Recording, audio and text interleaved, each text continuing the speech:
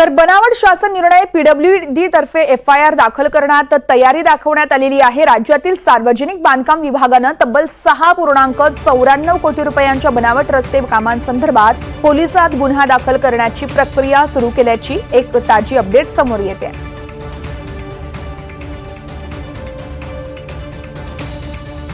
NDTV मराठीच्या इम्पॅक्टची ही देखील बातमी आहे। बनावट शासन निर्णय पीडब्ल्यूडी तर्फे एफआयआर दाखल करण्याची तयारी दाखवण्यात आली आहे। एफआयआर खरं तर दाखल केला जाणार आहे।